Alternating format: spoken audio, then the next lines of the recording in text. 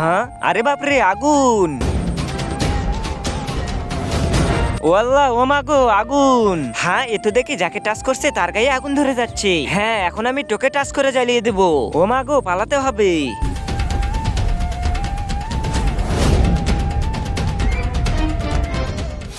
আরে ও যাকে টাচ করছে, দাঁড়াও, আমি সব জানি। ও একটা শক্তি পেয়েছে, ও যাকে টাচ করবে তার গায়ে আগুন ধরে যাবে। তাহলে আমরা একে আটকাবো কি করে? একে আটকানোর জন্য জলপরীর কান্না করার পানি খেতে হবে। তুমি যদি ওই পানি খেতে পারো তাহলে তোমার শরীরে একটা শক্তি চলে আসবে, আর ওই শক্তি দিয়ে একে আটকাতে পারবে। তাহলে নিয়ে চলো জলপরীর কাছে। হ্যাঁ, চলো।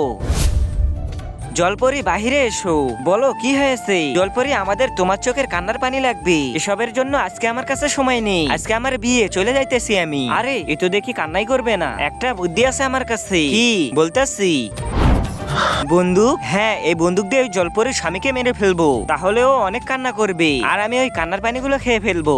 হ্যাঁ চল, তাহলে তাড়াতাড়ি লাফ দেই। হ্যাঁ, ওই তো ওর স্বামী, গুলি করো কে। আর আগে দেখবো তুমি এই আল্লাহর ঘরটিকে বেশি ভালোবাসো নাকি এই মন্দির ঘরটিকে বেশি ভালোবাসো। যদি আল্লাহর ঘরটিকে ভালোবেসে থাকো তাহলে এই ভিডিওটিতে একটা লাইক দিয়ে চ্যানেলটিকে সাবস্ক্রাইব করে দেবে।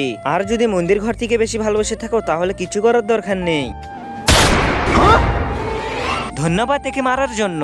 আরে তুমি ধন্যবাদ কেন দিচ্ছ? তোমার তো স্বামী মারা গিয়েছে, তোমার তো এখন কান্না করা দরকার। না, আমি কান্না করব না, আমি অন্যজনকে ভালোবাসি। আর এর সঙ্গে তো আমার ঘরের লোক জোর করে বিয়ে দিতেছিল। আব্বে, তাহলে এখন কি করবি? আমি যাইতেছি আমার প্রেমিকের কাছে।